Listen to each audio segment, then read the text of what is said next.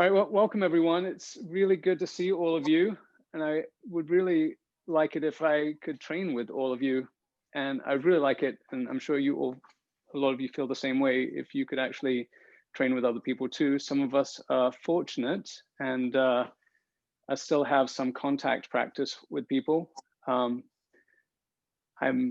missing that terribly and looking forward to finding that again. Some of us have done some great improvising and working with sticks in the park, outdoors. So there's lots of really inspirational stuff happening. One of the things I've been missing has been actually the mat, getting up and falling down and bumping into people and falling down. I haven't found a way to replace the bumping into people and touching people thing, but what I've ended up doing a bit is just playing around on the mat by myself, and that's some of the stuff I want to share today. And it's not going to be revolutionary. It's just kind of the little practice that I've developed. But I also want to share, the other thing I've been doing, and I know several of you here have also been doing, is Qigong with Jan Nevelius Sensei. And so I'm going to pull a few of the movements from there because one of the things that has been important for me as I've been online and on Zoom for so much time now is finding a way to have a better expression of my body and opening my body and having better posture. And what I've found from that Qigong class is that has really helped. So I was going to share a few of those, the learnings from that have helped me feel better and feel like I can better inhabit my body in this particular situation we're in right now with the pandemic. So, and then the other thing is, so there's kind of maybe three things to focus on today for me. Is one is, improving my posture by doing some of these Qigong movements and thinking about opening my chest, opening my back. And that's one of the things I get out of there. The other one is moving around. Jan Nevelius Sensei often talks about the third center. So the center of Nage, the center Uke, and then the third center between us. So really trying to, we don't have Uke center, but we can try to imagine that third center, or we can create that third center and imagine it. So that's the other one. And then the work on the ground, what we can do by ourselves and finding the ground again. So those are the three kind of main takeaways today. So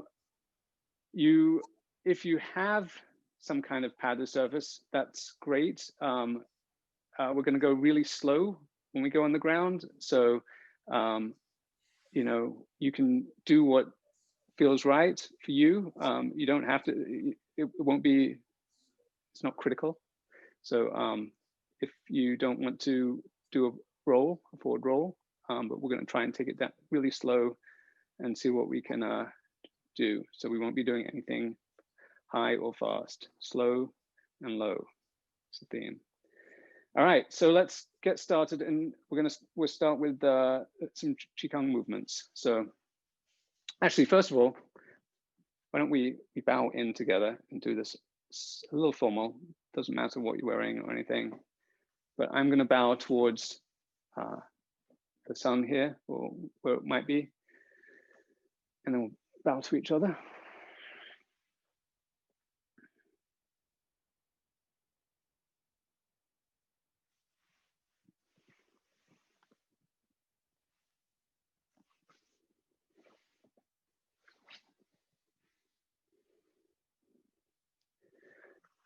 Rishmas.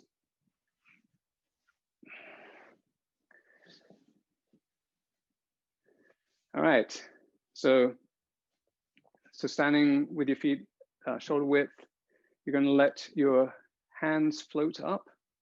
So you are tucking your bending, pointing your tailbone forwards and letting your hands float up and down. So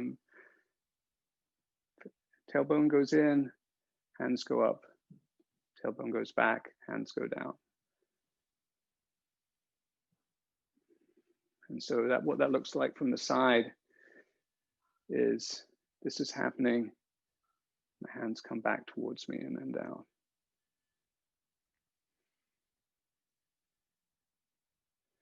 So breathing in, breathing out. So elbows are heavy.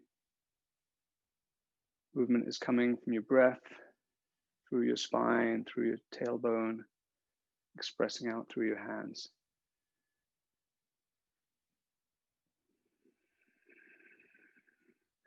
And let your fingers be alive, let your fingers move a little bit. You can play with your hands moving independently. They're connected, but they're free.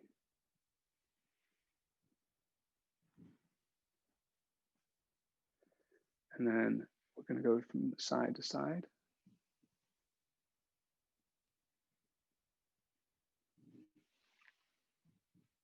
So the hips lead movement, tailbone moves, and the hands follow.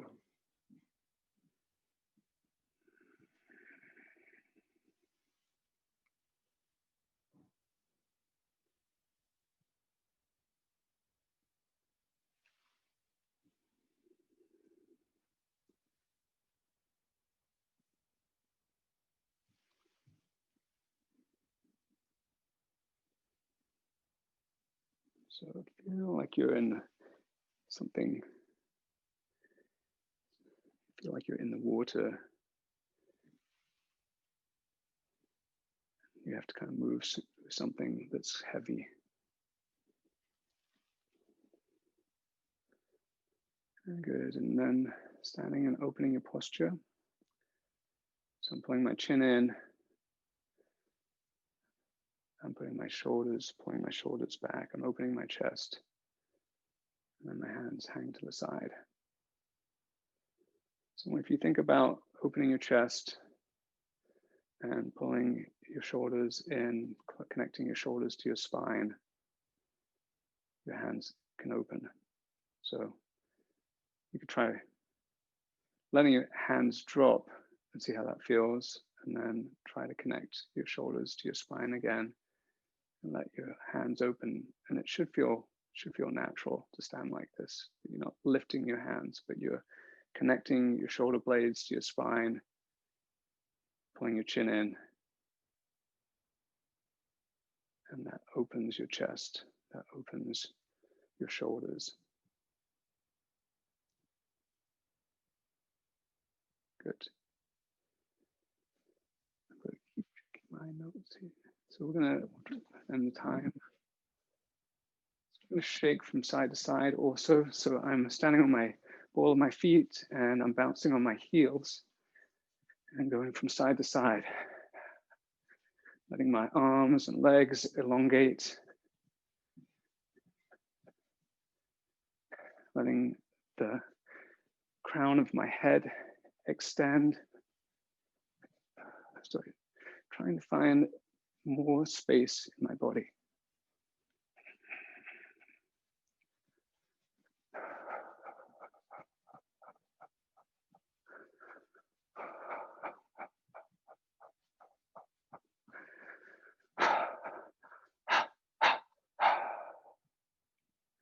Again, opening your posture, connecting your shoulder blades to your spine, opening your chest, pulling your chin in, finding that freedom in your upper body.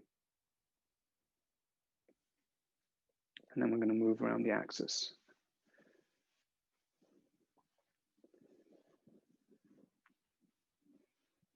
So find a little space under your armpits, moving around your vertical axis, that connects through your tailbone, through the crown of your head, down into the earth, up into the sky.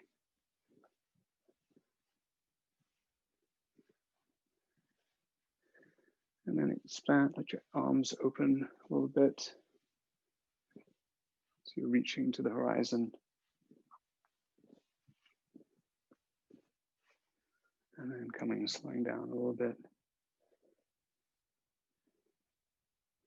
And then reaching to the front and the back. So I'm moving from my lower body, expressing in my upper body. And you can look as your chest opens to one side and the other, let your eyes follow, or even lead that movement.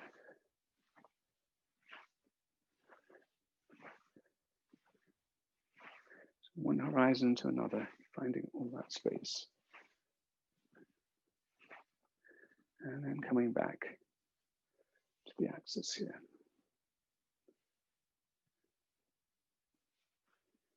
And then opening side to side. One hand in front, one hand behind. Again, using the lower body to move the upper body to express.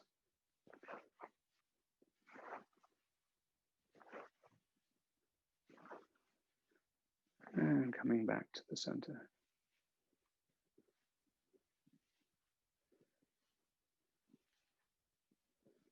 And then release one heel and then look far behind on the other side.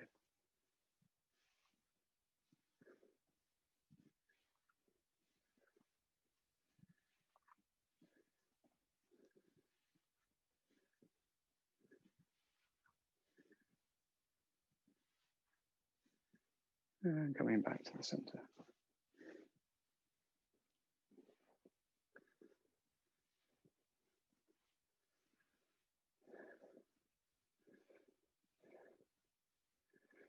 And then holding the head and the hips and seeing what space you can find in the upper body.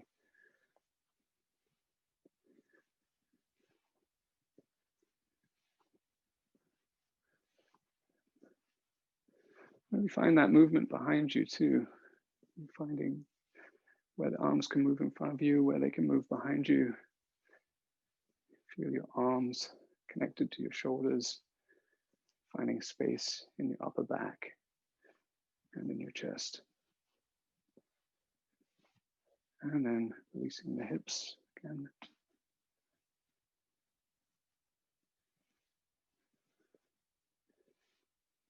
Good. And then coming to a stop, opening the posture again. Again, finding that connection between your spine and your shoulders.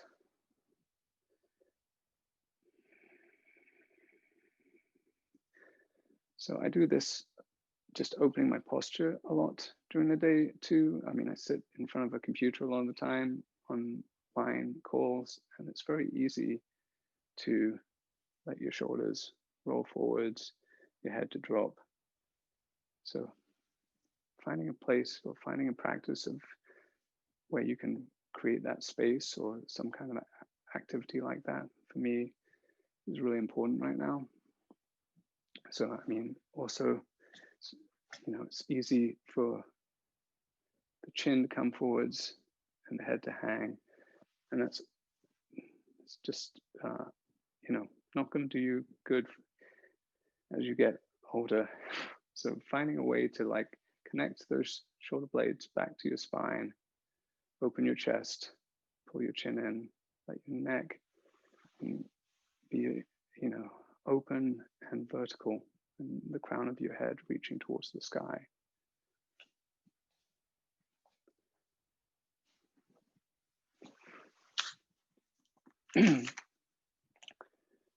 All right, so one more, just hip opener here. So moving in a circle, one direction, and then reverse.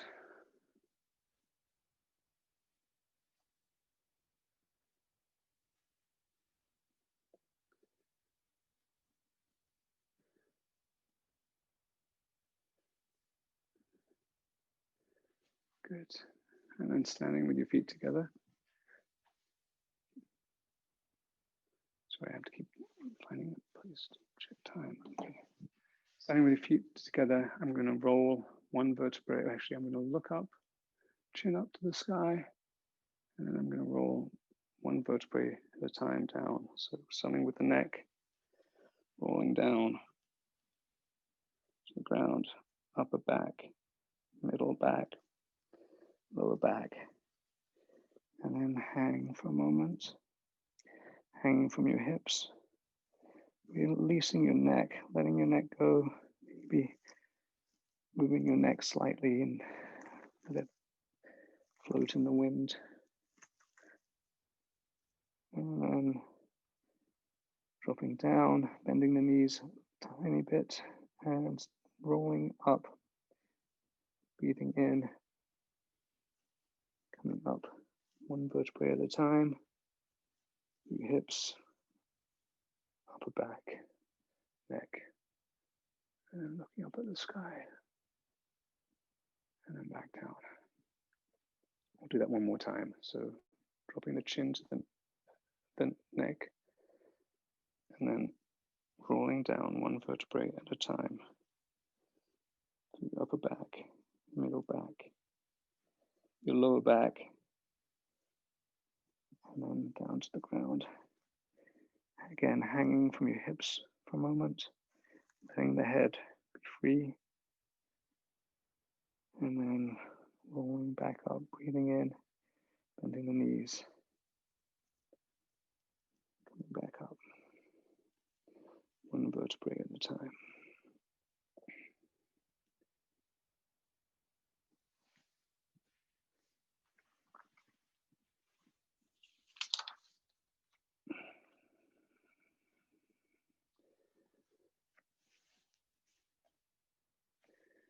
So I'm going to try another exercise from that Qigong series. So if you do it with Jan, it's not going to be in this order. So I'm kind of improvising a little bit here. So bending down, touching the earth, coming back up, the arms out, touching the nature, touching the sky, and then coming in.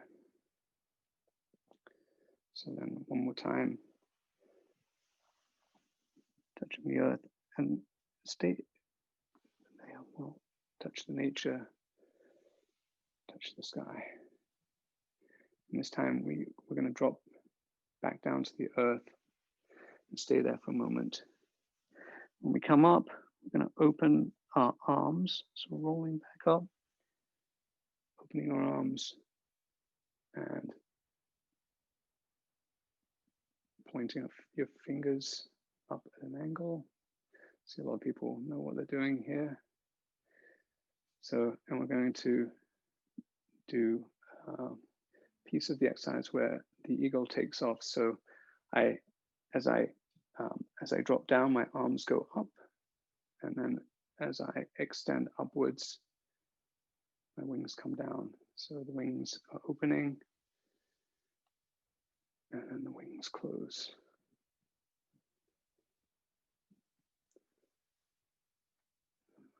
And as I go up, I extend through the crown of my head, come up on my toes a little bit. Feel those wings connected to your axis. Feel those wings, shoulder blades connect to your spine. You're trying to find how smooth can you make this movement.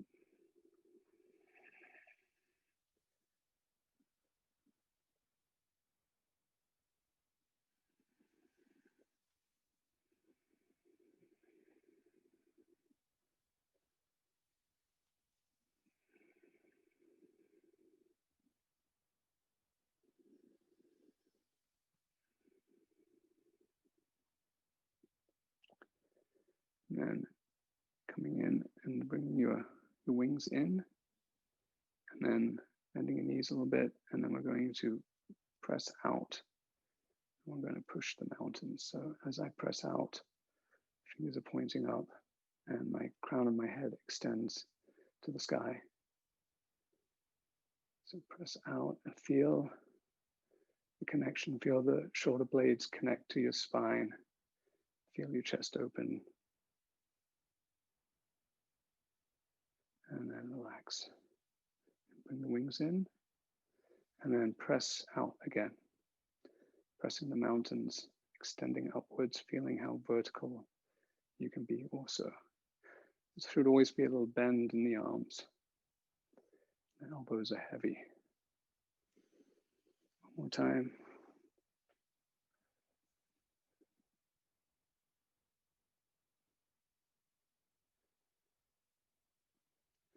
And then stepping your feet apart.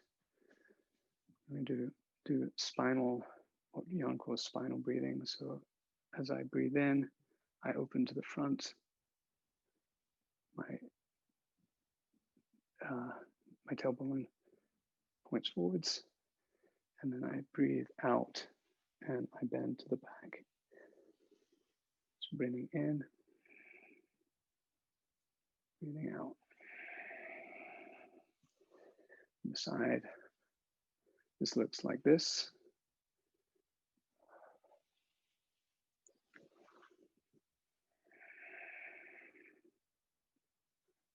So really allowing your spine to find a full range of motion here.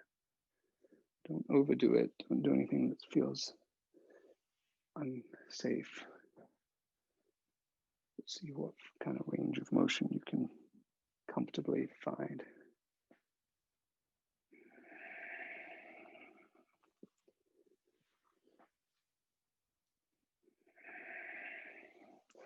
And then make this movement a bit smaller. So now just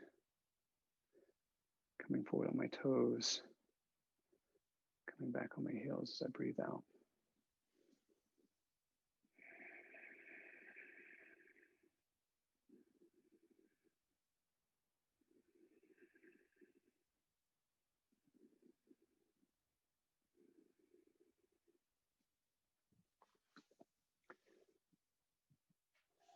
Okay, so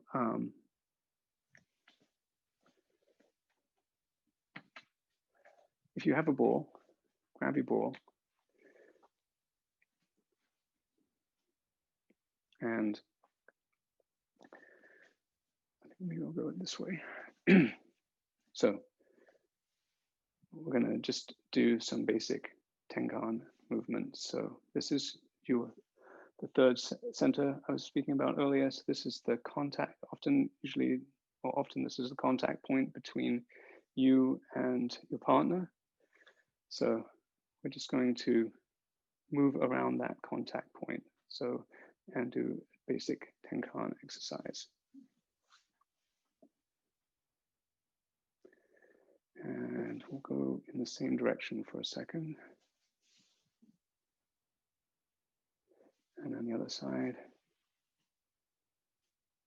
So allow yourself to move around this. This is, I'm not just moving in one dimension. I'm moving around something round. So what does that feel like?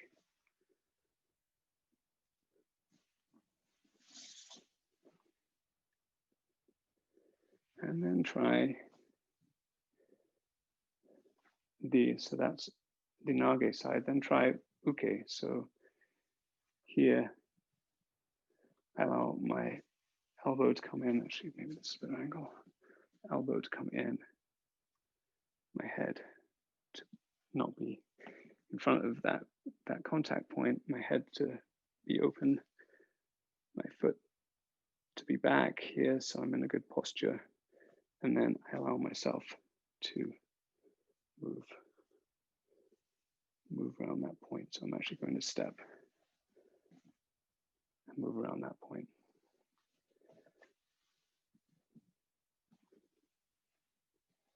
So we're actually moving into the Irimi Tenkan, Ukemi here.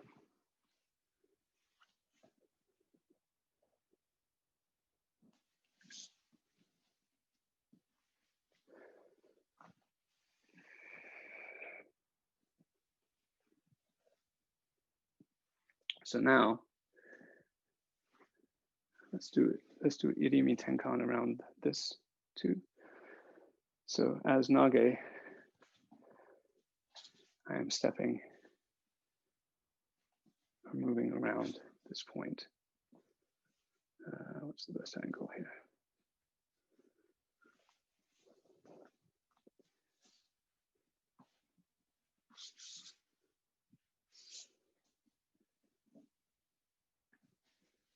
Staying connected the whole time, both arms are alive,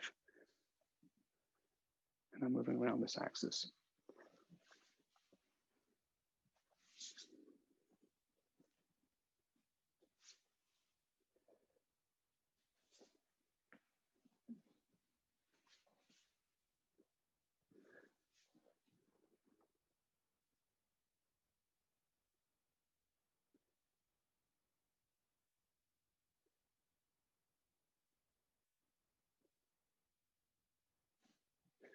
Nice. Okay, so now if you have a space where you want to try coming down to the ground, you can try just basic back falls. So from here, I allow ball to start turning. That will bring me in. And then I'm going to step my back foot to my front foot, tuck my front foot, and roll back.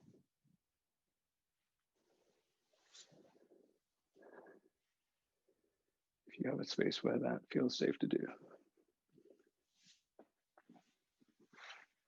And you can take it as slow as you want.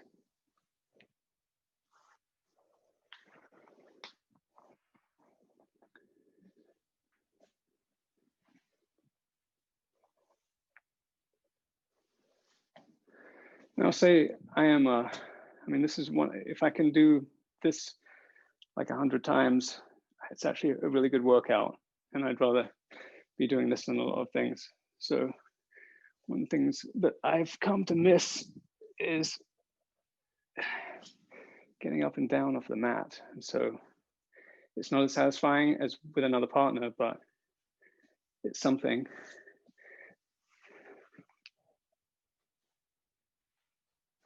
And I feel like it's something I can work on with my Ukemi here. How smooth can I make this? How round? And how slow can I do it? And the slower you do it, the more control you have when you have a partner again.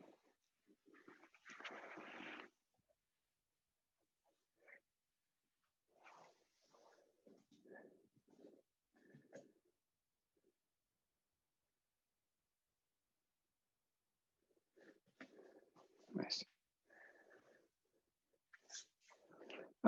And so we did a back fall. The other thing we can do without being actually going full or doing a forward roll is do Ikkyo. So one of the things, the contact point is going to be an elbow, is the axis in Ikkyo, but the ball will help create that shape.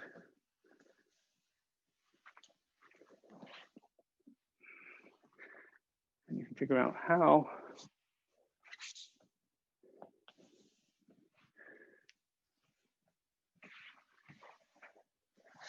to play with that. It's a circular movement that I'm moving around this point here.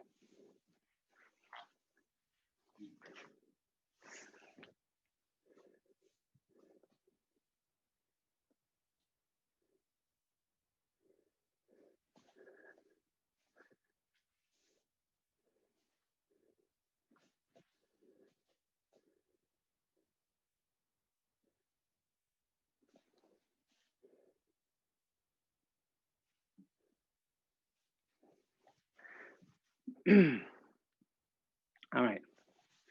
So if you have a soft enough surface, the other thing we're going to play with now is some forward Ukemi. So there's lots of different ways of training and doing this. And one of the ways at our dojo we currently teach it is to put the shoulder down on the ground and then reach the hand back, extend one leg back, and then reach the other hand over. So this is the setup for the start of what will eventually become a high fall. So I'm reaching this hand back towards this knee, that foot extends, my back foot extends, and then I'm reaching over. And so the bit we can play with is, and this way of practicing Ukemi is to reach, to touch the ground. And I will say that I'm not very flexible, so I'm definitely limited in this, but it's something I keep working on. This is an exercise I do, even in the dojo, when back in pre-pandemic days, because I think it's really, I get a lot of ability to focus on my center and slowing down this movement. So reaching back, reaching this hand over, and then trying to touch that hand before the legs come over. So reaching back, I really want to keep my toes on the ground. And I'm reaching over here and then trying to touch. Let me see what people have and whether that feels comfortable on the space you have. You guys are all more flexible than I am. You really want the hands to touch, the fingers to touch softly rather than slap. You guys will, all of you are pros at this.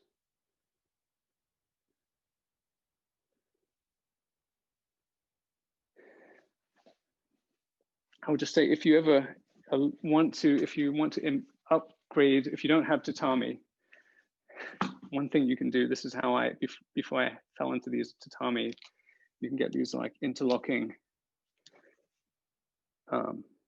pads. So you can put they're like, I guess 2 feet, two-thirds of a meter here. And you can make it they're pretty light, but they're good padding and certainly plenty for doing Ukemi on. If you're looking for something like that, and they're pretty cheap too. So, okay. All right, so let's try the ball. Actually, yeah, let's try the ball. So we were moving around it when we were doing the Iyumi Tenkan. I want to find this to be my axis here. So I want to see if I can slow down my movement, find where my center is here, and then I want to try and move around this axis.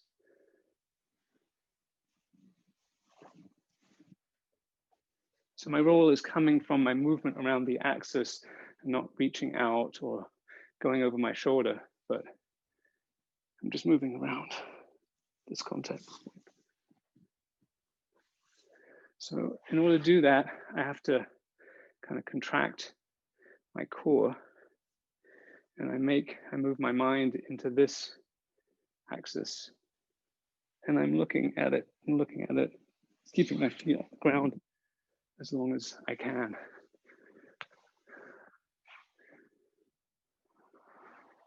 And then you can release the other hand and touch too.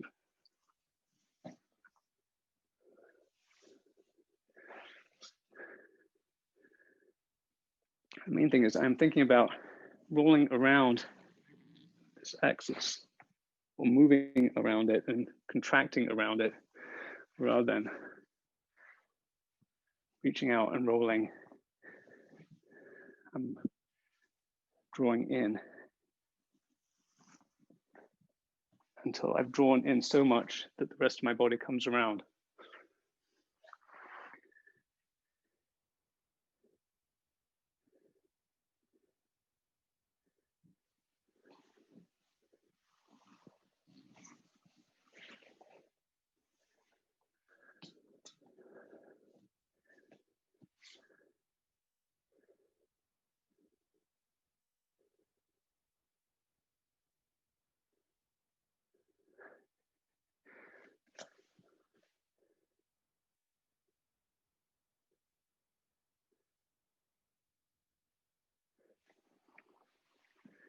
So I could kind of do this all day. The one thing, so you can try it without the ball too, so that you're moving around and you're reaching. See if that makes any difference. One of the things that starts to happen is I'm removing my shoulder. So we started, when you start putting the shoulder on the ground, then reach the hand over. Now I'm moving that shoulder. And so my first point of contact is going to be my upper back.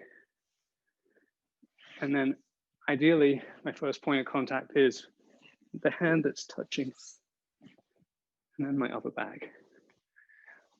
It might be kind of close depending on how flexible you are.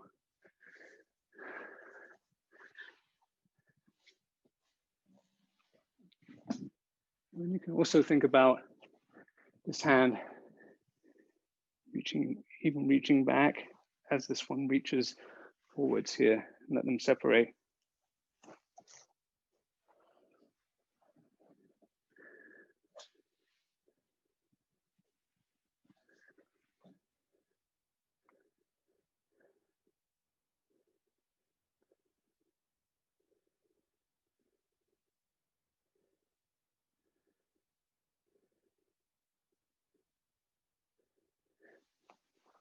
I guess I will say one other thing I didn't say earlier, but I'm wearing knee pads. I don't know, I find like as I get older, and I watch people who've done Aikido for a long time and watch their knees blowing out, I think there's probably, I don't know, I'm pretty comfortable wearing knee pads all the time now. So, especially for any kind of knee work on the mat, I highly recommend it.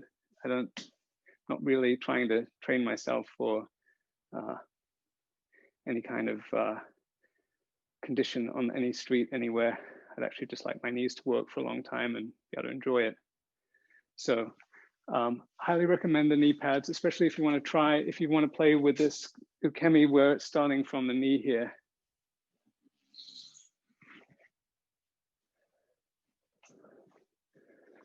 So there might be a limit to what you can do without, but that's my pro tip. Well, that's my tip for doing it for a long time. The other thing I was going to say is if you want to actually get some more core work in, is don't roll up with your feet, but stay with your body on the ground and lower the feet down. And I would rather do this than the core workout video. So do whatever you want, but this is really important practice to strengthen your core too. So just let those feet come really down slow, keeping your back on the ground. Maybe try that a couple of times.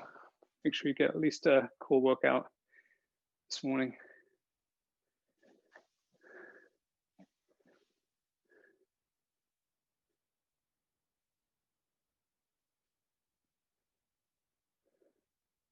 That looks good, Dean.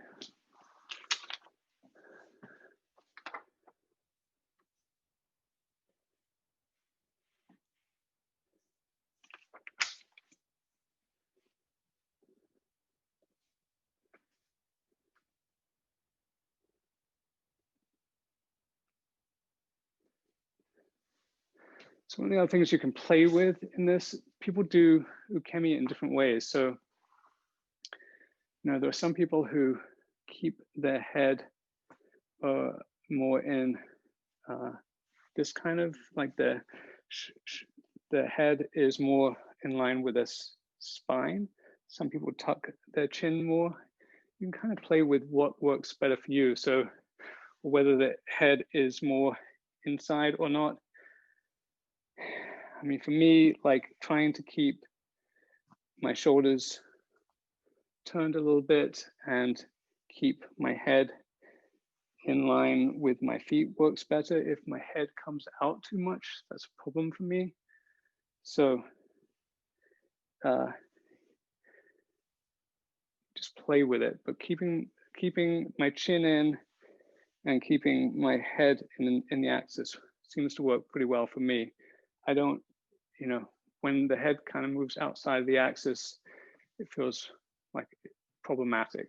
Everyone looks a bit different. I mean, some people have Ukemi that seems to go more sideways.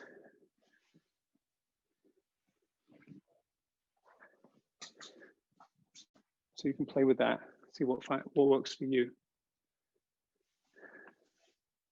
Does anyone have any questions or thoughts, comments, or better ways of doing any of this?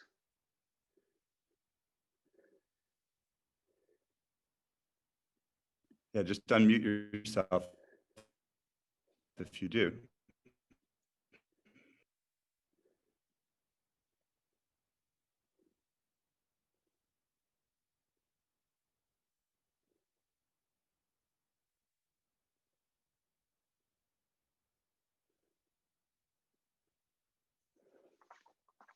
Looks like some of you, I'm kind of curious what people have come up with for mats and practice services and whether they're actually working for them.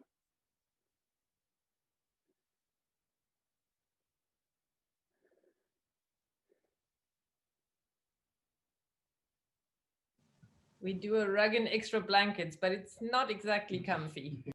Yep. That's what I have as well. Rug yeah. And... So can you find a way of, I mean, what you probably don't want is, I mean, what it will teach you, I suppose, is not getting your shoulder on catching the tip of your shoulder on anything. So actually definitely trying to, I mean, maybe it's if you can slow it down and miss the shoulder, that will be definitely more comfortable. But you could also, try and find something like this if you want to continue practicing at home. Or if you're lucky enough to have access to tatami. Where did you find those, Rupert? Were those at Best Buy? Amazon. I just ordered some off of Amazon.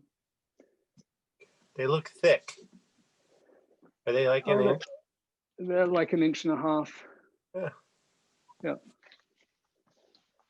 And they work fine. Unfortunately, dojo closed, and but I was able to get a couple mats. Unfortunately, they closed though. How about other people? Any questions or thoughts about what's working or what isn't? I found that I got the wrong mat size originally, and it's not the 1.5 but 2 inches, and they're much harder than the 1.5. So I had to start changing my fall and everything on it because it was really hard at first. Yeah. Jacqueline, do you have any thoughts on this? I know you've been thinking about some of the same stuff.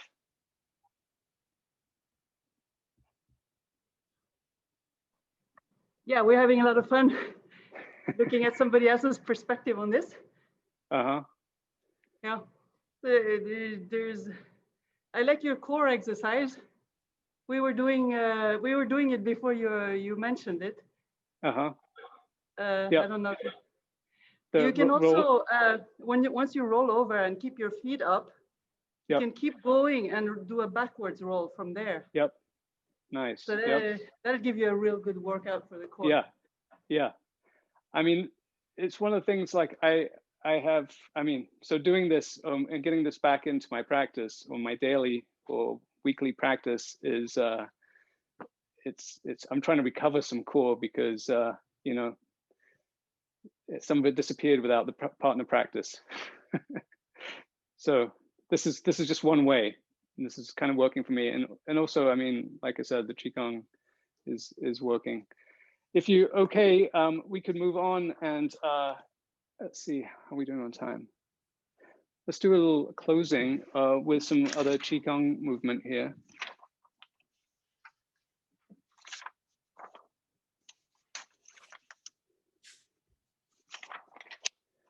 As I find that.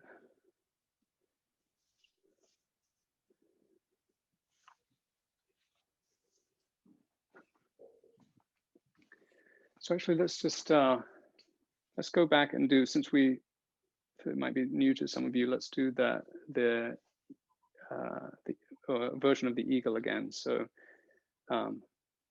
standing with your chin up and then rolling down one vertebrae at a time.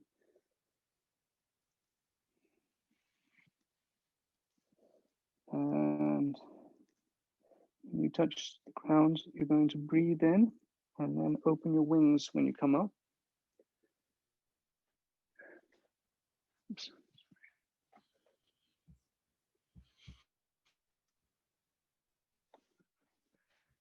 Opening your wings, and you're going to raise one. So connecting your leg to your tailbone, to your spine, raise one foot.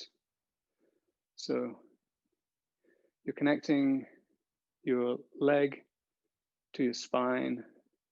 It's all one, and your arms are connecting to your axis. So your shoulder blades are connecting to your axis.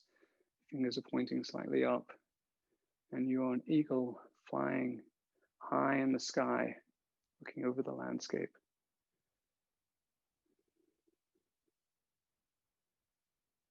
Soaring, looking through the windows of your eyes,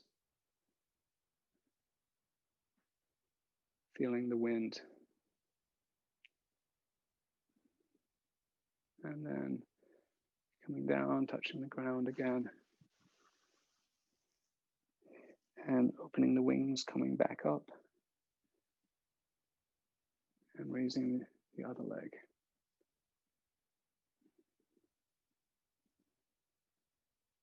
So feel the shoulder blades connect to the spine, feel the neck open, feel the chest open. Feel your posture. Eagle flying high in the sky. And leg comes together, coming down again, and coming back up, and this time opening the wings, and the eagle takes off again. So I drop down, and as my hands come down, my crown of my head extends, as my arms come up, I drop down. Again, flying, eagle is flying. So feel the connection, feel the upright posture you can find, and feel the connection between your shoulder blades and your spine.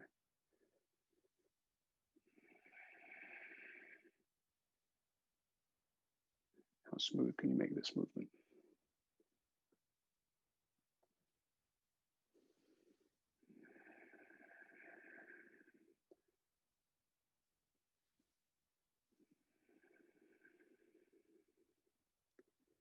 And then opening the posture.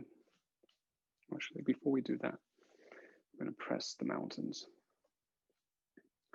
So dropping the elbows, connecting the shoulder blades to the spine, opening the back of your neck, pressing the mountains. The elbows kind of come forwards a little bit. And as they do, it opens your chest. Pressing the mountains, opening the chest. And then coming back in, bending down, and then expanding again, pressing the mountains again.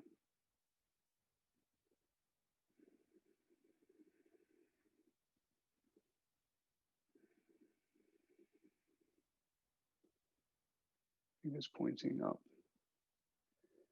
And then reaching down, touching the nature, touching the sky, coming back. So we're going to open again, and we're going to rotate around the axis. So as you do this, find the space in your chest. We're going to reach out a little bit, touch the horizons, in front of you, behind you, the sides, and coming back.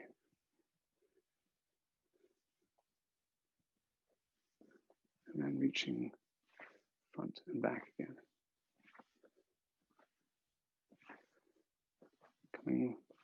Moving from the ground, from your legs, expressing through your arms.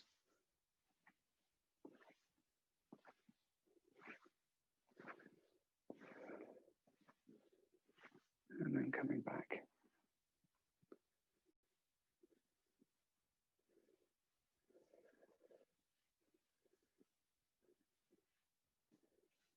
And then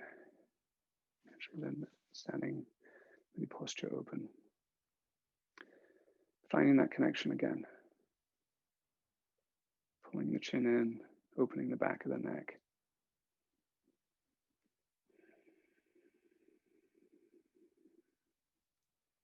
Feeling calm, feeling at peace with the world.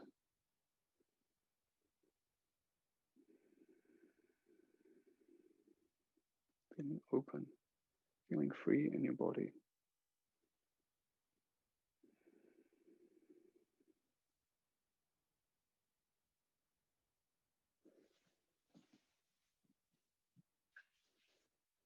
Right, and then let's close. So bow to your showman or your son or whatever.